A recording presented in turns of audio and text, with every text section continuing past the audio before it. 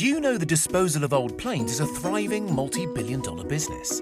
Or that it's recently spawned a dangerous shadow market in counterfeit aircraft parts? Hop on board and buckle up for takeoff as we ask exactly what happens to old airplanes. You might wonder why airplanes need to die in the first place. After all, they're made of metal, right? Can't they just be maintained theoretically forever? Not quite. Most modern airliners have a built-in lifespan of around 25 to 30 years. What usually brings them down in the end is far more insidious than regular wear and tear. An aircraft's lifespan is usually measured in so-called pressurization cycles. What does that mean? Every time an aircraft takes off, it has to pressurize its cabin so passengers and crew can breathe comfortably at high altitudes. This pressurization naturally puts substantial stress on the frame of the aircraft, which inevitably over time leads to metal fatigue. Over many thousands of flying hours, this fatigue can become deadly. In 1988, a flight attendant named Clarabelle Lansing tragically lost her life when an aging Aloha Airlines Boeing 737 suffered explosive mid-air decompression. Boeing 747s are rated for 35,000 pressurization cycles, which typically works out at around 150,000 flight hours. Interestingly, nippy short-haul planes age faster than bigger long-haul jets for this very reason. Short-haulers necessarily pressurize and depressurize multiple times a day, which accelerates their decline. Carriers, especially the big famous passenger airlines, don't want to wait until metal fatigue becomes problematic.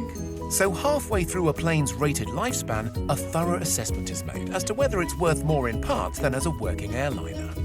Often, a newer, more fuel-efficient model has become available that makes more sense for the airline to trade in for. It's certainly not unheard of for jets approaching the autumn of their lives to move on to exciting new things. They might be sold on to countries with less stringent regulations and run into the ground, metaphorically at least. Big Boeing 747s often end up being refitted as freight carriers. Smaller planes can wind up working in highly specialist niches, like the Dutch workhorse Fokker 100s, which are so robust they do a roaring trade supplying remote mining outposts in the Australian outback.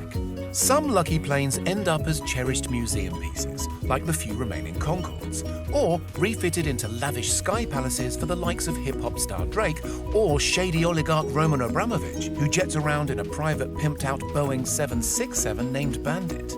This is rare though. Most planes, almost all planes, eventually are broken down for parts. The volumes and prices associated with the airline parts trade can be staggering, with a global market for second-hand plane components projected to be worth some $6 billion in 2022. This market is so lively, it spawned its own class of dedicated investment outfits and even specialist hedge funds. Even more astonishingly, the airline spare parts industry is locked in constant battle with counterfeiters, who supply a hungry worldwide market with cheap knockoff components. It's believed that as many as 2% of all spare airliner parts on the market today are counterfeit, with obvious and terrifying safety implications. A Paris startup called Safe Flights has been trying to use blockchain certification to stamp out this decidedly dodgy practice. So why is the spares market so lucrative? A modern aircraft is made up of some 350,000 parts. Most of the value, upwards of 75%, derives from the engines alone. Airlines typically prefer to replace a failing component, like an engine fan blade, than attempt a risky repair.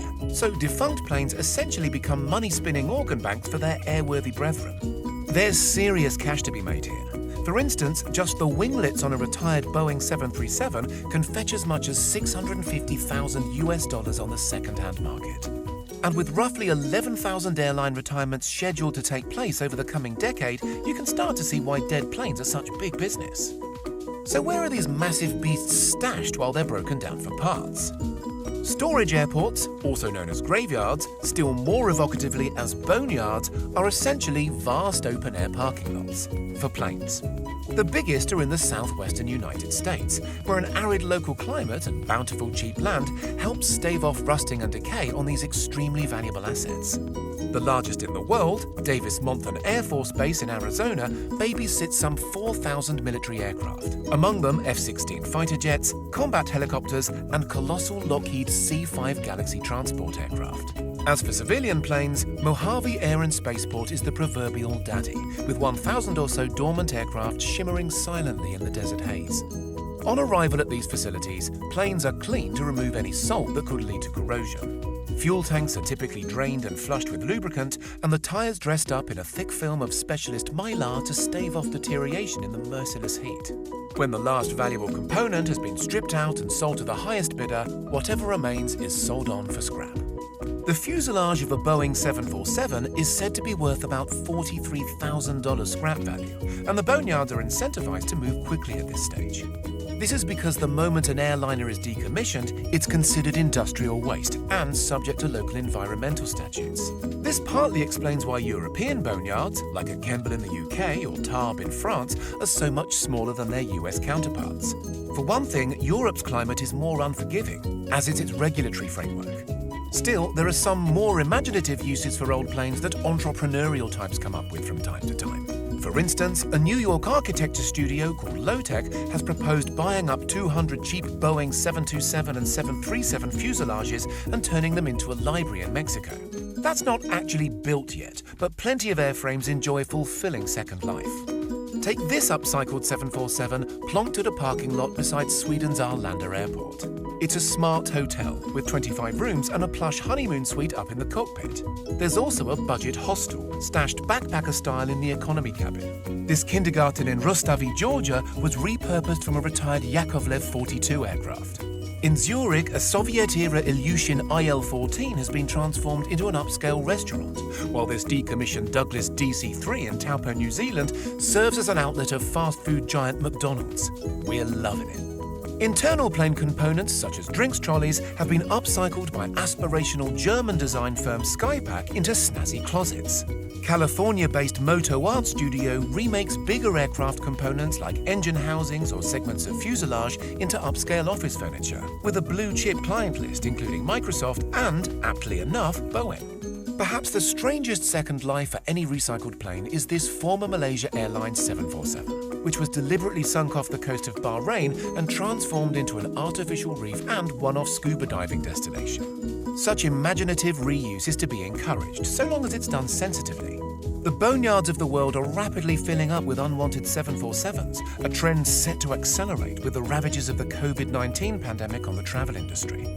Eco-conscious aviation industry body AFRA, the Aircraft Fleet Recycling Association, reckons 70% of aircraft parts are recyclable today. It plans to get this figure up to 95%, with promised improvements in technology and responsible disposal practices. Well, anything's better than just winging it. What do you think? Can you come up with a better use for the thousands of aircraft currently sitting idle in the boneyards of the world? Let us know in the comments, and don't forget to subscribe for more plain-speaking tech content.